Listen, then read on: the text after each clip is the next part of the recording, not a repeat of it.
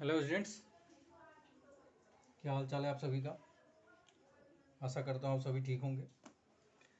और please market निकलिए तो सेफ्टी के साथ निकलिए, मीन्स विथ मास्क ज़रूर लगाए रखिए, क्योंकि कोविड का प्रकोप देख रहे हैं आप धीरे धीरे फिर से बढ़ रहा है। तो प्लीज़ आप अपने को भी सुरक्षित रखिए और अपने परिवार को भी सुरक्षित रखिए। तो ये क्लास 8 के स्टूडेंट के लिए हमने एक्सरसाइज 8C जो है पढ़ाया था आपको, 8C क्लियर है। इसके कुछ और एक दो क्वेश्चंस देख लेते हैं, फिर हम चलेंगे 9-10 को छोड़ के 11th चैप्टर पे, ठीक है। तो अभी हम 8C का ही एक क्वेश्चन और देखते हैं, उसके बाद फिर हम नेक्स्ट चैप्टर पे चलेंगे। 11C का कोई एक क्वेश्चन हम ले लेते हैं,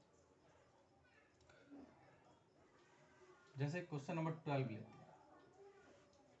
क्वेश्चन नंबर 12 है 2x + 4x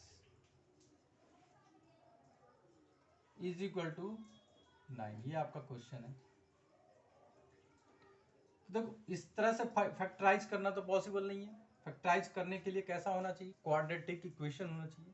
तो हम इसको पहले क्वाड्रेटिक इक्वेशन में चेंज करेंगे, ठीक है। After change we will continue factorisation, clear है। तो अभी हम मल्टीप्लाई करते हैं 2x²।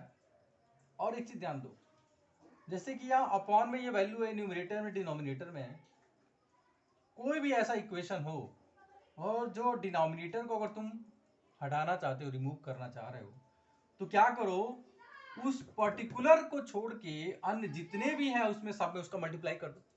जैसे मैं कर रहा हूं, इसमें भी मल्टीप्लाई कर दिया और इसके अलावा ये भी बचा, इसमें भी मैंने मल्टीप्लाई कर दिया। अब इससे क्या होगा, आपका x यहां से रिमूव हो जाएगा और x को आपने इधर उधर भेज दिया।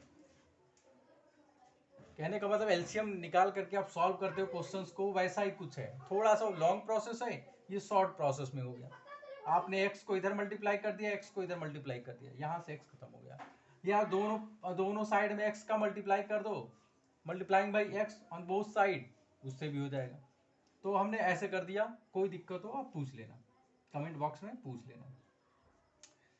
आफ्टर दैट 2x², इसको आप ट्रांसपोज करो इस साइड, 9x + 4 = 0। क्लियर है। ये देखिए आपका क्वाड्रेटिक इक्वेशन बन गया, हमने चेंज कर दिया, x² + bx + c = 0। यही आपका क्वाड्रेटिक इक्वेशन है। अब कंपेयर जब इससे करेंगे तो आपको क्या मिलेगा, a = 2, b = -9 and c = 4। Clear है बच्चों। मैंने उस दिन बताया था, फैक्टराइज करने के लिए आपको सबसे पहले क्या करना होगा, at first you will multiply by this term.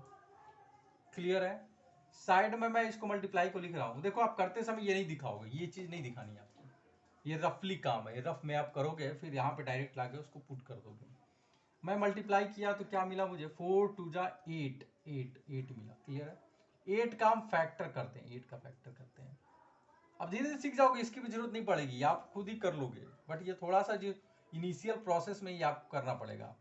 2 2 जा 2 4 जा 8, 2 2 जा 4 एंड 2 1 जा 2। क्लियर है। एंड ये 1 हो गया।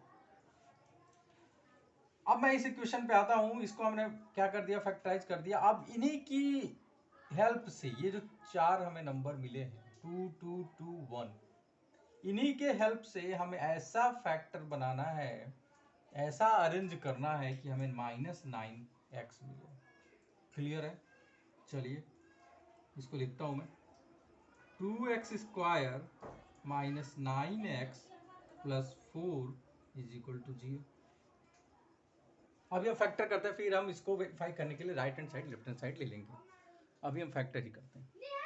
अब इसको जो है मैं लिख सकता हूं 2x² - 8x - 1x + 4 = 0। देखिए आप, 2 2 जा 4, 4 2 जा 8 मैंने ये ले लिया, 1 ये ले लिया, 8 और 1 को ऐड करेंगे आपको क्या मिल जाएगा, 9 मिल जाएगा। ठीक है। -8 एंड -1 जब इसको आप ऐड करोगे, देखो आपको -9x मिल जाएगा, -9x। देखो इसकी वैल्यू बड़ा डिपेंड करता है, ये प्लस माइनस बहुत डिपेंड करता है। अगर ये नहीं मिल रहा है तो आपका कहीं ना कहीं वो गड़बड़ है, गलत है वो। तो -8 को जब -1 के साथ आप ऐड करेंगे तो माइनस का 9x मिल जाएगा, ठीक है। -8 को -1 से मल्टीप्लाई करेंगे तो आपको 8 भी मिल जाएगा, जो 8 आना चाहिए। ये जो आपने मल्टीप्लाई किया ना, ये 8 मिलना चाहिए इसको मल्टीप्लाई करने पर, वो देखो वो भी मिल रहा है, 8x² भी मिल रहा है। और इन दोनों को ऐड करने पर देखो -8x -1x, इनको ऐड करने पे -9x मिल जाएगा। इसका मतलब हमने जो किया वो सही है। अब हम क्या करेंगे, कॉमन लेंगे। अब कॉमन लेने का काम करेंगे। अब कॉमन जब लेंगे तो हम इन दोनों में से कॉमन लेंगे और इन दोनों में से कॉमन लेंगे। कॉमन का सेंस क्या होता है, ऐसा नंबर लेना जिससे हम डिवाइड कर सकें और वो कटे, ठीक है ना, डिवाइड हो।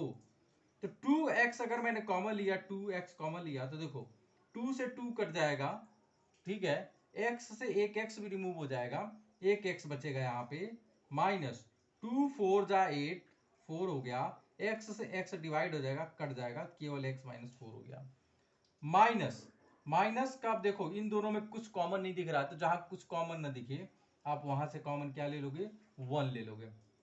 1 ले लिया, चूंकि यहाँ माइनस भी हमने कॉमन लिया है तो अंदर का जो साइन होगा वो भी कन्वर्ट हो जाएगा। तो यहाँ तो माइनस से माइनस कट जाएगा, 1 से 1 डिवाइड करोगे, 1 से 1 कट गया, ये x बच जाएगा। और माइनस प्लस ये क्या हो जाता है, माइनस हो जाता है, x -4 = 0। क्लियर है बच्चों, ये देखिए आपका फैक्टर हो गया। अब देखिए इन दोनों में, देखिए इसमें और इसमें, देखिए कॉमन क्या मिला। देखिए दोनों में देखिए x -4 इसमें भी है, x -4 इसमें भी है, तो आपने कॉमन ले लिया x -4। यहाँ क्या बच जाएगा आपका, ब्रैकेट में 2x माइनस का 1। ये आपका फैक्टराइजेशन हो गया, ये फैक्टर हो गया आपका, ठीक है ना, ये सॉल्व हो गया आपका। कहने का मतलब ये आपका सॉल्व हो गया। अभी आपको वेरीफाई करना है, वेरीफाई करना है, क्लियर है। तो वेरीफाई करेंगे हम पहले। ये इक्वेशन था आपका जो सॉल्व हो गया। वेरीफाई करने के लिए हम क्या करेंगे, right hand side and left hand side. उससे पहले हम x का मान तो पहले निकाल लें, तो x की वैल्यू फाइंड आउट कर ले पहले। x -4, एक ब्रैकेट वाला जो है इसको पहले बराबर में 0 कर दो। इस बराबर में 0 ना, दो देखो, दो है, दो ब्रैकेट, तो पहले एक वाले को ले लो, एक ब्रैकेट को ले लो, = 0। तो यहाँ से x की वैल्यू क्या फाइंड आउट हो जाएगी, इसको ट्रांसपोज कर दो। x की वैल्यू एक बार मिल गई तुम्हें 4। After that you choose this and 2x -1 = 0। Then 2x -1 को ट्रांसपोज करो 1 and x = 1/2। Okay, it's x value, it's x value, ठीक है। आपको दो x की वैल्यू मिल गई, x की वैल्यू 4 मिल गई, x की वैल्यू 1/2 मिल गई।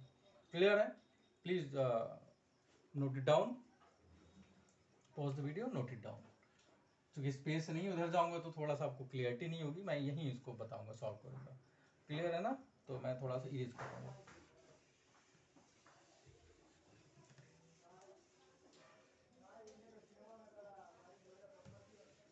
ये भी मैं हटा रहा हूँ, जो हमें जरूरत है हम उसे लेंगे। 2x² - 9x + 4, तो हमें क्या मिला हुआ था, 2x² - 9x + 4 = 0। It's right hand side, it's right hand side and it's left hand side. Clear है बच्चों, putting the value of x in this equation, left hand side, ठीक है ना, left hand side. Then x = 4, put this value in this equation. देखो 2 into x को मैं remove कर रहा हूँ क्योंकि x की वैल्यू मुझे पुट करना है। x की वैल्यू क्या है, 4 स्क्वायर -9 ब्रैकेट में x की वैल्यू 4 + 4 = 0। क्लियर है बच्चों, ये देखिए राइट हैंड साइड है, राइट हैंड साइड, इसे अभी मत ही लिखिए, चाहे लिखते रहिए, कोई दिक्कत नहीं है, वो तो बाद में लास्टली प्रूफ हो जाएगा। Left hand side = right hand side. तो 2 इंटू 4 का स्क्वायर क्या होता है, 4 इंटू 4, 4 इंटू 4 क्या हो जाएगा, 16, 9 4 जा 36 एंड ये हो गया +4 = 0। देन 16 2 जा 32 -36 +4 = 0। क्लियर है, and if you solve this 32 + 4 36 and 36 36 - 36 36 - 36 = 0। This 0 = 0, देख रहे हो आप, ये 36 में 36 सब्ट्रैक्ट 0 आ गया, और इधर ही पहले से राइट हैंड साइड से 0 ही 0 चला रहा था, तो दोनों देखो वैल्यू बराबर होगी, नहीं बराबर होगी, left hand side = right hand side. हो गया क्लियर बच्चों, तो सेम इसी प्रोसेस से आप 1/2 पुटअप करना, और अगर कोई प्रॉब्लम आए तो पूछ सकते हो। 1/2 पुटअप करके भी आप दोनों इक्वेशन अगर बराबर हो गए, 0 आ गया इस साइड भी, तो आप कह सकते हो आपने जो वैल्यू फाइंड आउट किया वो आपने वैल्यू सही निकाला है। क्लियर है? तो आपके एग्जाम में क्वेश्चन ऐसे क्वेश्चन आएंगे और आपको वेरीफाई करना ही पड़ेगा। वेरीफाई अगर आप नहीं करेंगे, क्वेश्चन में लिखा है वेरीफाई करने के लिए, तो वेरीफाई करना ही पड़ेगा, क्योंकि नंबर फिर उसी पे मिलेंगे आपको, अदरवाइज नंबर आपके कट जाएंगे। ठीक है बच्चों?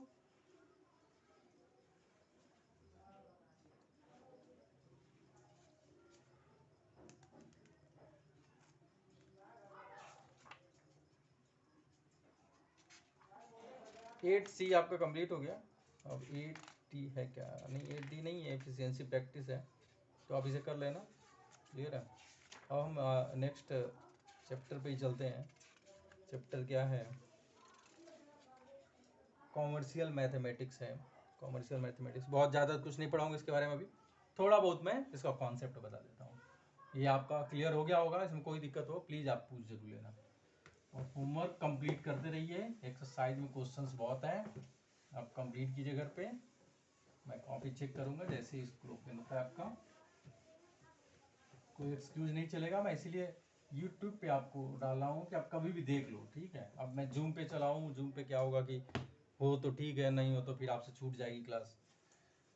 चलिए, देखिए दो चीज़ें होती हैं कॉमर्शियल मैथमेटिक्स में। अगर मैं बात करूँ, एक होता है सिंपल इंटरेस्ट और एक होता है कंपाउंड इंटरेस्ट। क्लियर है? दो चीज़ें होती हैं। सिंपल इंटरेस्ट सेंस मतलब होता है, मान लो आपने बैंक में 100 रुपीज जमा किया। ठीक है? 100 रुपीज जमा किया, आपको 10% इंटरेस्ट मिल रहा है। 10%, आपने परसेंटेज पढ़ा होगा अपने लोअर क्लास में। तो 10% अगर आप इसका निकालोगे तो आएगा 10 रुपीज। ठीक है? तो इसका 10% 10 हो जाएगा और आपको 110 रुपीज अगर आपने 1 साल के लिए जमा किया, तो 1 साल के बाद अगर आप विड्रा करोगे उस पैसे को तो आपको 110 मिलेगा। क्लियर है? 1 ईयर की अगर बात करें तो इसका भी वही प्रोसेस है। 1 ईयर की अगर 10% के निकालोगे तो इसका भी 110 ही मिलेगा, कोई दिक्कत नहीं। बट अगर आपने 3 ईयर्स के लिए किया है डिपॉजिट, 3 ईयर्स के बाद अगर विड्रॉ कर रहे हो तो इसकी कंडीशन दूसरी हो जाएगी।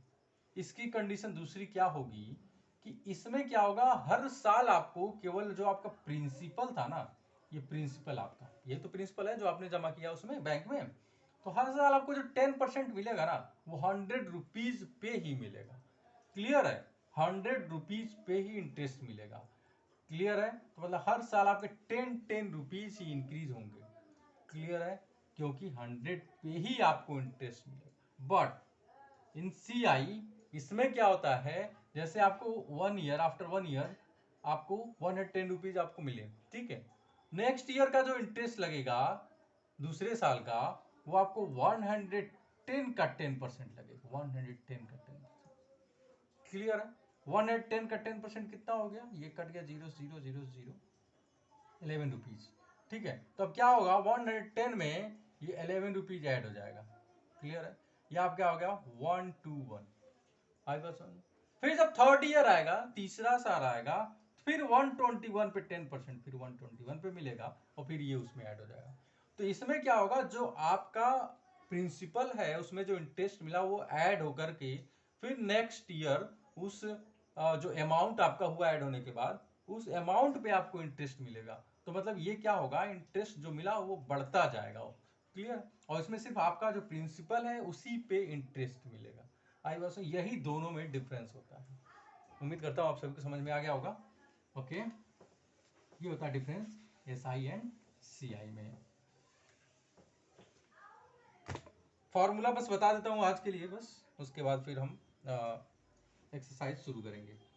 अमाउंट इज इक्वल टू होता है, amount is equal to, amount is equal to principal, principal, principal, principal 1+R/100 और ये होता है टाइम। क्लियर है बच्चों? ठीक है? अमाउंट मतलब जो आपको मिलेगा, विड्रॉ करोगे 1 year, after 2 year, after 3 year, after 4 years. Principal जो आपने उस बैंक में डिपॉजिट किया। क्लियर है? प्रिंसिपल जो आपने पैसे उस बैंक में डिपॉजिट किया, कितने रेट ऑफ इंटरेस्ट पे डिपॉजिट किया, 10% मिलेगा, 6% मिलेगा, तो वो रेट ऑफ इंटरेस्ट होता है। समय कितने साल के लिए किया आपने, 1 साल के लिए, 2 साल के लिए, तो वो क्या हो जाता है, टाइम हो जाता है। ठीक है, इसको शॉर्ट में आप ऐसे भी लिख सकते हो, a is equal to P 1+r/100 power का n कर लो, n टाइम कर लो, t कर लो, n कर लो, कोई फर्क नहीं पड़ता। ठीक है, तो ये आपका फॉर्मूला है। इसी फॉर्मूले पे बेस्ड क्वेश्चंस हैं, वो क्वेश्चंस हम नेक्स्ट क्लास जब होगी उसमें हम आपको बताएंगे।